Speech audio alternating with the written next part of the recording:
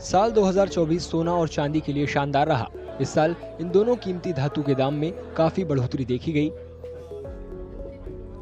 इस साल की शुरुआत में सोने की कीमतें 63,000 रुपए प्रति 10 ग्राम थी, जो इस वक्त 78,000 रुपए प्रति 10 ग्राम के आसपास है। इस तरह इसमें करीब 24% की बढ़ोतरी हुई है।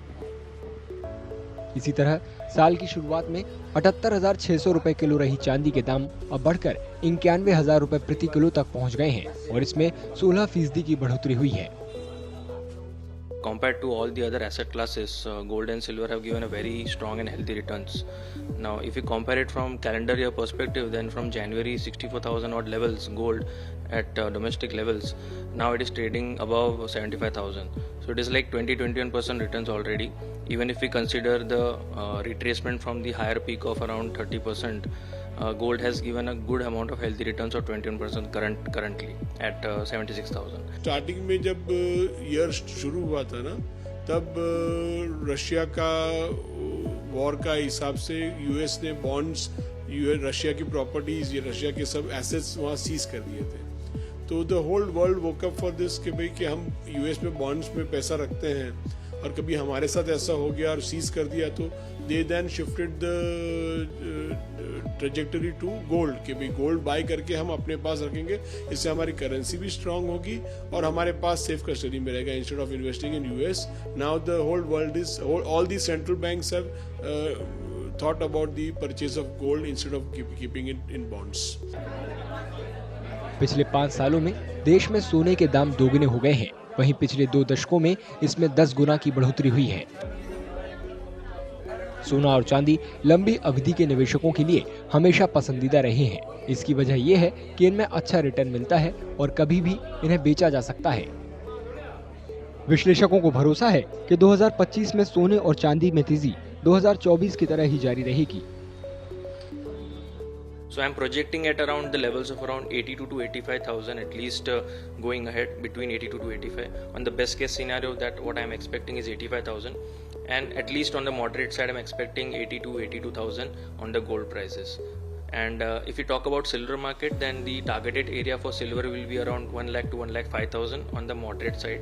And on the bull case scenario, if the EV plans out properly and the industrial demand picks up for base metal, then the base metal support and the gold support on total will eventually take the silver prices beyond 1,15,000 to 1,20,000 as well. So that is what my targeted projection is for 2025.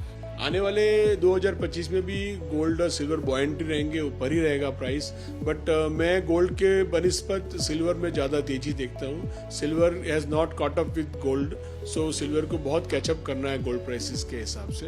तो silver will be बहुत dark horse रहेगा। और next year England भी अगर 4 interest rate घटाती है और US भी 2 interest rate 2 बार घटाएगी, तो उससे भी सिल्वर को बहुत फिलअप मिलेगा। इंडस्ट्रियल यूज सिल्वर का बहुत है, तो अगर इकोनॉमी सुधरती है तो सिल्वर का डिमांड बहुत तेजी से बढ़ेगा। विशेषज्ञों के अनुसार मध्य पूर्व और यूक्रेन में चल रही जंग की वजह से कच्चे तेल की कीमतों में उतार चढ़ाव होता रहा, जिससे सोने और चांदी की कीमतों में भी बढ़ोतरी हुई। इसके कई कारण है। सबसे बड़ा कारण इसमें वॉर और फेड की मीटिंग की, ब्याज दर की मीटिंग की बात की सरकार ने, और ये 2 मुख्यतः कारण रहे। बाकी कई कारण है, शादियों का कारण है, डॉलर इंडेक्स अप डाउन रहा और भरभर शादियों के सीजन है, फेस्टिव सीजन भी है, कई कारण है। सोने और 2025 में और इससे भी तेज जाएगा। In this journey of 2024, gold initially started its run up with geopolitical tensions, rising again. So previous years we had seen the Russia-Ukraine, geopolitical issues happening that escalated the triggers. Then new round of geopolitical issues, came from the Middle East tensions between the Israel and the Hamas, and with including the Iran also into it. So that infused more, firepower into the gold and silver rally.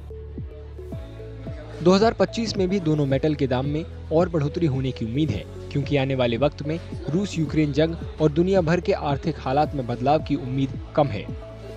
विशेषज्ञों के मुताबिक बाजार में बढ़ती मांग से भी 2025 में सोने और चांदी की कीमतों में उछाल आने की संभावना ज्यादा है।